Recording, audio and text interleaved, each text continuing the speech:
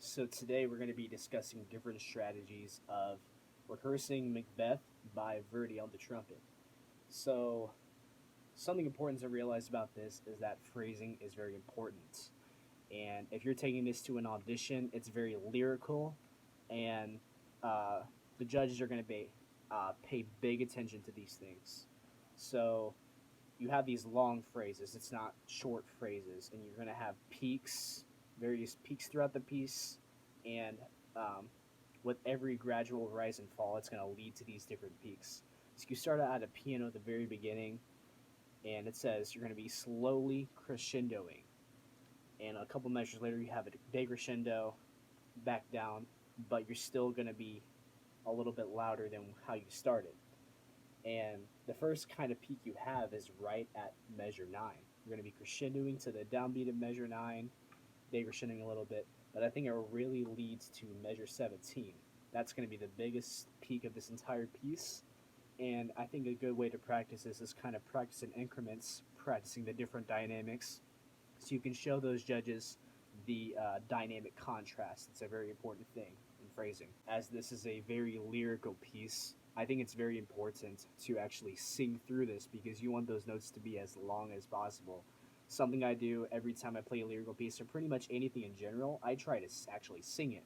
So, right at the beginning, it's da da da da da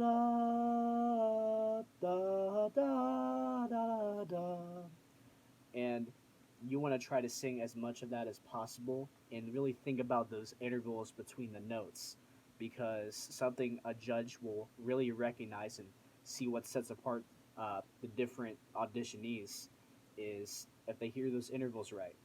And to really nail those intervals, I think singing is a big key component to that, you know. But definitely not least, when it comes to practicing a piece like this, and when it comes to practicing in general, it's very important to think about the phrasing in terms of the arsis and thesis. Now, the arsis and thesis are Greek terms referring to the stronger and weakest parts of the beat, which the arsis is the basically upbeat, the weak beat, and the thesis is the downbeat or the stronger beat. And you essentially want to practice these notes, focusing on the specific upbeats leading to the downbeats, which, you know, the weaker note always leads to the stronger note.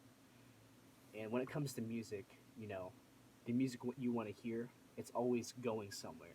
You don't want to listen to music that it's just like, you know, stale and just like, you know, flat. It's always going somewhere. And so we really want to focus this on these arsis and theses, and essentially everywhere in the music. You know, right at the very beginning, da da da da, with the very first pickup note being an arsis leading to the thesis, the downbeat. Da da da da.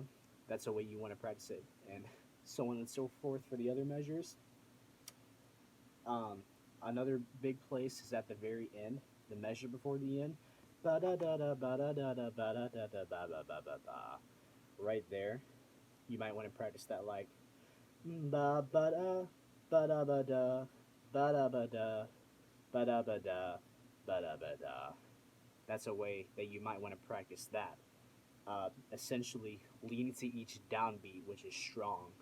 And when you do that, you're leading, and you're leading to the very last note of that entire piece, and you want to finish strong. And so I would encourage you to apply that to every specific area of the piece to make it sound better, and it'll really make a difference.